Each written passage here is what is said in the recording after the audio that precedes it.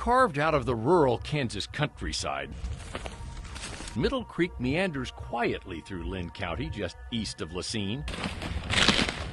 But along its journey to join the Merdocine River farther south, a 16-year-old dark secret. They started up on the road. A former law professor who's also argued cases before the U.S. Supreme Court, now U.S. Attorney for Kansas Steve McAllister embraces a new passion: shed light on that creekside darkness. I guess, if you will, sadness, a melancholy, that someone's life was lost here. It's been about a week now since Alonzo Brooks was with his family. Friends here say he disappeared from a party about 80 miles south of here in Lacine, Kansas.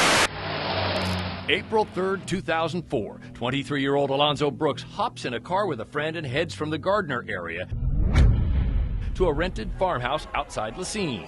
A typical late-night party, teens and 20-somethings from all around. One of the few African Americans Alonzo wouldn't know many there that night. It's his smile. That's what he does all the time. Do I have that? No problem. Mom Maria Ramirez of Topeka says Alonzo knew no strangers. Oh yeah, he messed with everybody, all kinds of people. Everything, anybody. He didn't look at colors. That night, Alonzo stayed late at the party, declining an early ride home. He mixed with partiers primed by alcohol and weed, and at some point it's believed he may have mixed with trouble. That night, it started as a normal party with family and friends. FBI Special Agent Lena Romana joined in a fresh investigation of that night when U.S. Attorney McAllister reached out more than a year ago. And it was at that point where what happened to Alonzo is we're starting to learn more about, and we keep learning more about. No doubt in your mind he was murdered.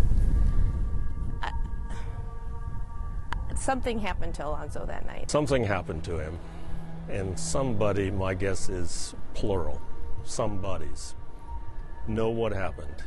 Family members found the body of Alonzo Brooks in a creek. We were angry, confused, hurt. That in spite of multiple searches by multiple agencies, it took just over an hour for family and friends to find Alonzo's body a month later, tangled in Middle Creek brush. What goes through my mind a lot is what he went through that night, what he was saying, what he was thinking, why. His Aunt Angela Cox and brother Billy Brooks have heard all the rumors. There were fights, Alonzo attacked for flirting with white girls, he was tortured, his body hidden. Do you think it was a hate crime?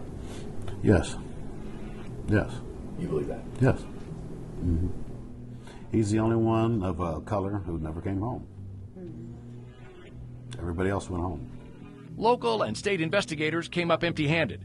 A 2008 federal civil rights investigation did too. At least from my perspective, it's about justice and it's about what's right. Enter a U.S. attorney who, when he learned of the cold case last year, felt a calling, joining with the FBI to launch a second federal hate crimes investigation.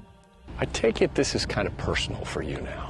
It is very personal. And I also have 5 children of my own that kind of bookend the age of the victim in this case, and I can only imagine the trauma and the hurt for the family all these years not knowing what happened to their son, their brother, their nephew. A mystery deepened by an inconclusive autopsy on Alonzo's remains, and a cone of silence from that night's young partygoers.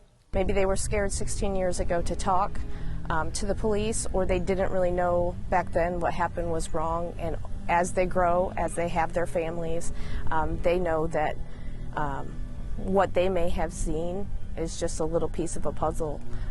A puzzle piece a family desperately wants found to shed light on that dark secret, to solve the mystery of Middle Creek.